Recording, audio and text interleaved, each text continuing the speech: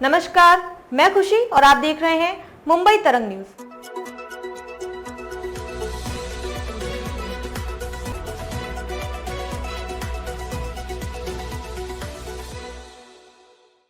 देखिए, महाराष्ट्र संगीत का प्रेमी है।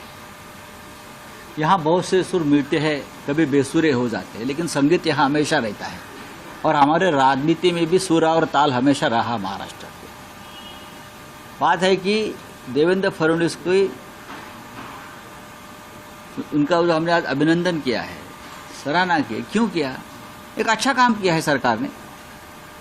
जरूर हम अपोजिशन में बैठे हैं, लेकिन हमारी महाराष्ट्र से नाता है, राज्य हमारा है। और इस राज्य में गढ़चिरौली जैसे जिले में जो नक्सलवाद है, वो नक्सलवादी अगर आत्मसमर्पण करते हैं और संविधान का मार्ग अपनाते हैं मुख्यमंत्री के सामने, तो उनका हम स्वागत करेंगे। दूसरी बात ऐसी है, गढ़चिरौली में जो बेरोजगारी है, गरीबी है, वो दूर कर वहाँ देवेंद्र फडणवीस स्टील सिटी बनाना चाहते हैं, पोलाद सिटी। जमशेदपुर में जो पोलाद सिटी है, उस तरह से, तो उससे महाराष्ट्र की जो प्रतिष्ठा है वो बढ़ेगी, लोगों को रोजगार मिलेगा, लोगों को काम मिलेगा, तो उसका स्वागत तो करना चाहिए। उसके पहले वाले जो गार्डन मिनिस्टर थे गढ़चिरौली में, वो भी ये कर सकते थे ना, उन्हें तो सिर्फ नाटक किया। वहाँ की जो माइनिंग की जो बड़े बड़े उद्योग है, उनसे फिरौती वसूल की, पैसा जमा किया, अपने एजेंट वहाँ अपॉइंट किए पैसा जमा करने के लिए, तो नक्सलवाद बढ़ गया, ज़्यादा ही बढ़ गया।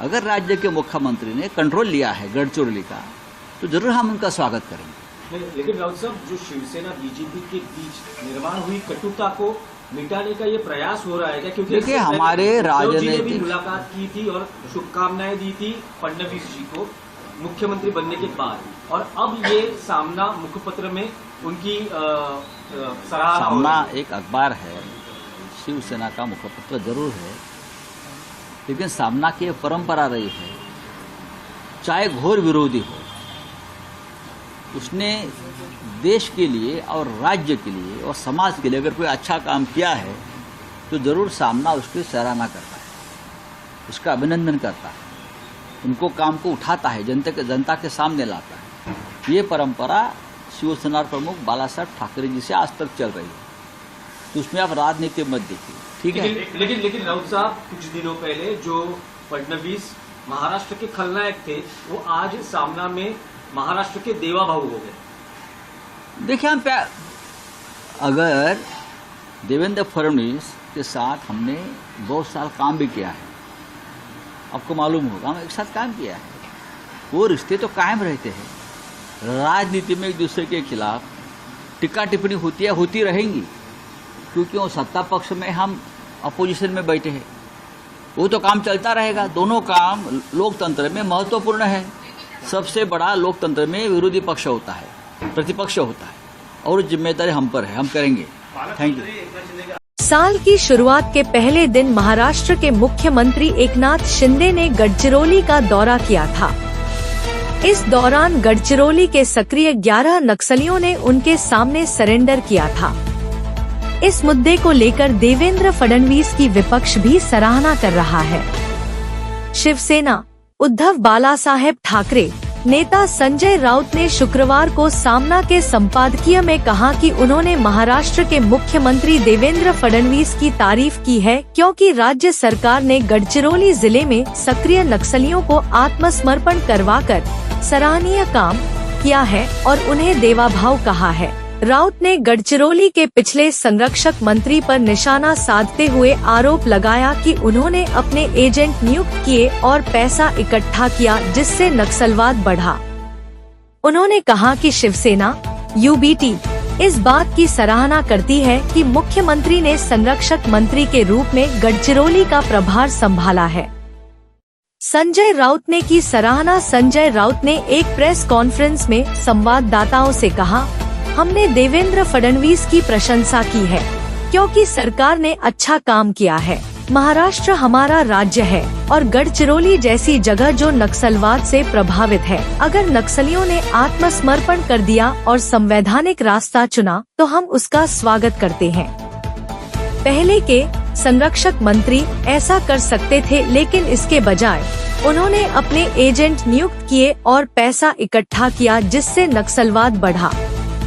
हमने देवेंद्र फडणवीस के साथ काम किया है, वह रिश्ता चलता रहता है, लेकिन हम विपक्ष में हैं और हम मुद्दे उठाते रहेंगे।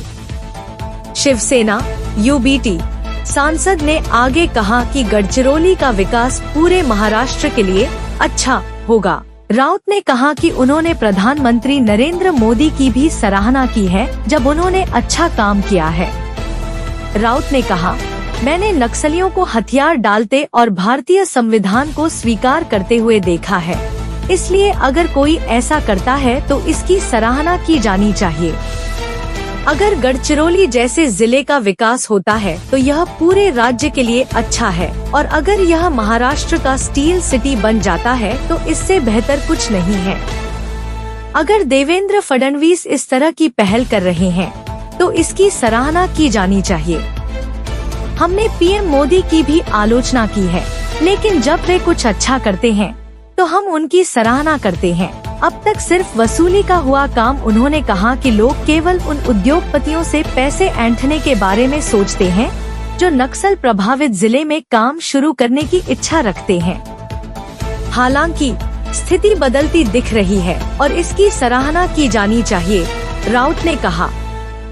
शिवसेना यूबीटी सांसद ने कहा, आज तक यह चलन रहा है कि जो भी उद्योग गढ़चिरौली में आता है, लोग केवल उस उद्योगपति से जबरन वसूली के बारे में सोचते हैं जो गढ़चिरौली में कुछ शुरू करने की इच्छा रखता है।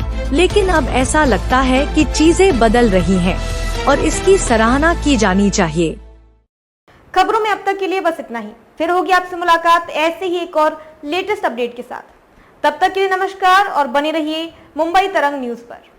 ऐसे ही ताज़ा अपडेट के लिए हमारे YouTube चैनल मुंबई तरंग न्यूज को सब्सक्राइब करें और तुरंत नोटिफिकेशन पाने के लिए बेल आइकन प्रेस करना ना भूलें। और यदि आप हमें Facebook के माध्यम से देख रहे हैं तो हमारे चैनल को फॉलो जरूर करें। धन्यवाद।